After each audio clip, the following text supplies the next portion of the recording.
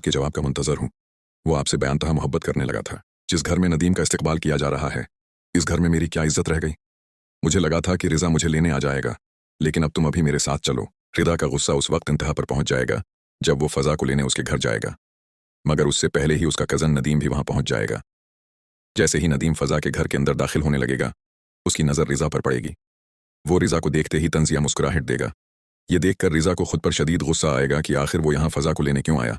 वो उल्टे कदमों वापस लौट जाएगा और जाकर अपने वालिद को सारी बात बताएगा। घर पहुंचते ही रिजा का बाप उससे पूछेगा, फजा को साथ क्यों नहीं लाए। इस पर रिजा गुस्से से फट पड़ेगा, मैं अपनी बीवी और आपकी बहू को लेने गया था, लेकिन मुझसे पहले वहां नदीम पहुंच गया। वो बड़े आतिमाद से उनके घर के अंदर चला गया। जिस घर में मेरी निस्बत नदीम की ज्यादा इज्जत और हैसियत हो, मैं वहां जाकर अपना मजाक क्यों बनाऊं बाबा। ये कहकर रिजा वहां से चला जाएगा। उसके वालिद को भी ये बात सुनकर बहुत दुख होगा। दूसरी तरफ फजा के वालिद को भी मालूम हो जाएगा कि फजा किसी मजबूरी की वजह से नहीं, बल्कि अपना घर छोड़कर उनके पास आई है। ये जानकर वो अपनी बेटी पर सख्त नाराज होंगे। वो फजा से कहेंगे, फजा, तुमने मुझसे झूठ बोलना कब से शुरू कर दिया। तुम अपना घर छोड़कर क्यों आई हो। चलो, मैं अभी तुम्हें तुम्हारे ससुराल छोड़कर आता हूँ। वो फजा का हाथ पकड़कर उसे ले जाने लगेंगे कि अचानक उन्हें अंजाइना का शदीद दौरा पड़ जाएगा। फजा और घर के तमाम अफराद घबरा जाएंगे और फौरन उनकी मदद के लिए दौड़ पड़ेंगे। दूसरी तरफ रिजा के छोटे भाई अली को भी अपनी साली अलीजे से मोहब्बत हो चुकी है। वो उससे अपनी मोहब्बत का इजहार भी कर चुका है, मगर अभी तक अलीजे ने उसकी मोहब्बत का जवाब मोहब्बत से नहीं दिया। अब अपने भाई और भाभी के झगड़ों के दरमियान उसे अपनी मोहब्बत भी बिखरती हुई नजर आ रही है। इसीलिए वो अलीजे से मिलने यूनिवर्सिटी जाएगा और उससे कहेगा कि वो उसके जवाब का मुंतजर है। अली ने धीमी आवाज में अलीजे से कहा, मैं आज भी तुम्हारे जवाब का मुंतजर हूँ। अगर तुम्हें मुझसे मोहब्बत नहीं तो साफ साफ कह दो, लेकिन मुझे इस बेयकीनी में मत रखो। अलीजे चंद लम्हे खामोश रही। उसकी नजरें झकी हुई थीं। फिर उसने आहिस्ता से कहा, अली, बात सिर्फ मेरी नहीं है। तुम देख रहे हो ना कि दोनों खानदानों में क्या कुछ हो रहा है। रिजा भाई और फजा बाजी के दरमियान इतनी दूरियां आ चुकी हैं। ऐसे वक्त में अगर मैं अपनी मोहब्बत की बात करूं तो सबको लगेगा कि मुझे सिर्फ अपनी खुशी की फिक्र है। अली ने फौरन जवाब दिया, मैं तुम्हारी मजबूरी समझता हूं, लेकिन क्या हमारी मोहब्बत का कसूर सिर्फ ये है कि हमारे बड़े आपस में नाराज हैं। अलीजे ने पहली बार उसकी आंखों में देखकर कहा, मैं तुम्हें इनकार नहीं कर रही, लेकिन हाँ भी अभी नहीं कह सकती। मुझे वक्त चाहिए। ये अल्फाज सुनकर अली के चेहरे पर हल्की सी मुस्कुराहट आ गई। कम इज कम उसे ये यकीन हो गया था कि अलीजे के दिल में उसके लिए नफरत नहीं। इसी दौरान अली के मोबाइल की घंटी बजी। दूसरी तरफ रिजा था। फौरन घर आ जाओ, बहुत बड़ी बात हो गई है। अली घबरा गया। वो यूनिवर्सिटी से सीधा घर की तरफ रवाना हो गया। घर पहुंचते ही उसने देखा कि रिजा गुस्से में कमरे में टहल रहा था, जबकि उसके वालिद गहरी सोच में बैठे थे। रिजा ने गुस्से से कहा, अब मैं मजीद बर्दाश्त नहीं करूंगा। या तो फजा आज ही इस घर में वापस आएगी, या फिर मैं खुद फैसला कर लूंगा कि इस रिश्ते का क्या करना है। इतने में दरवाजे पर दस्तक हुई। एक शख्स हानिपता हुआ अंदर आया और घबराई हुई आवाज में बोला, फदा के वालिद को अस्पताल मुंतकिल कर दिया गया है।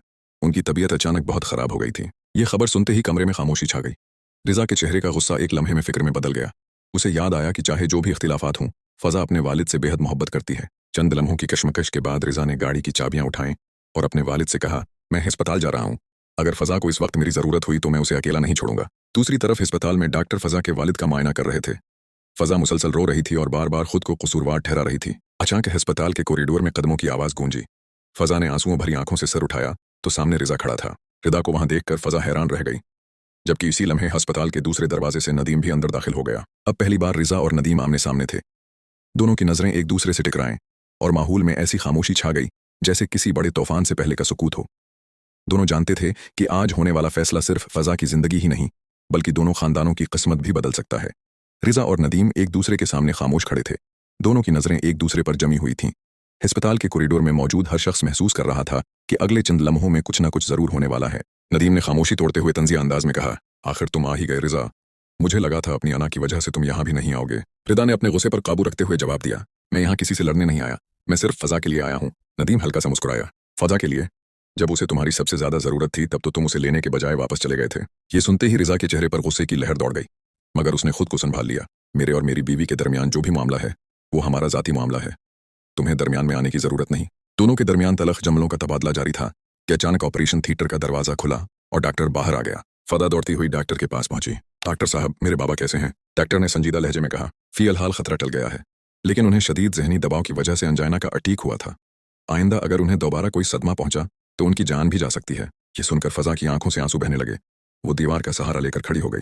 रिदा बेअख्तियार उसकी तरफ बढ़ा, मगर उससे पहले नदीम ने आगे बढ़कर फजा को सहारा दे दिया। ये मंजर देखकर रिजा के दिल में आग सी लग गई, लेकिन उसने खामोश रहने ही में बेहतरी समझी। इसी वक्त फजा की वालदा बाहर आए। उन्होंने रिजा को देखा तो उनकी आंखों में आंसू आ गए। बेटा, अगर आज तुम आ गए हो तो हमारी एक बात मान लो। उस वक्त फजा को किसी लड़ाई की नहीं अपने शौहर के साथ की ज़रूरत है। रिदा कुछ कहने ही वाला था कि अंदर से नरस बाहर आई। फरीद को होश आ गया है, लेकिन वो सबसे पहले अपनी बेटी और अपने दामाद से मिलना चाहते हैं। ये सुनते ही सबकी नज़रें रिजा और फजा पर जम गई। नदीम ने एक लम्हे के लिए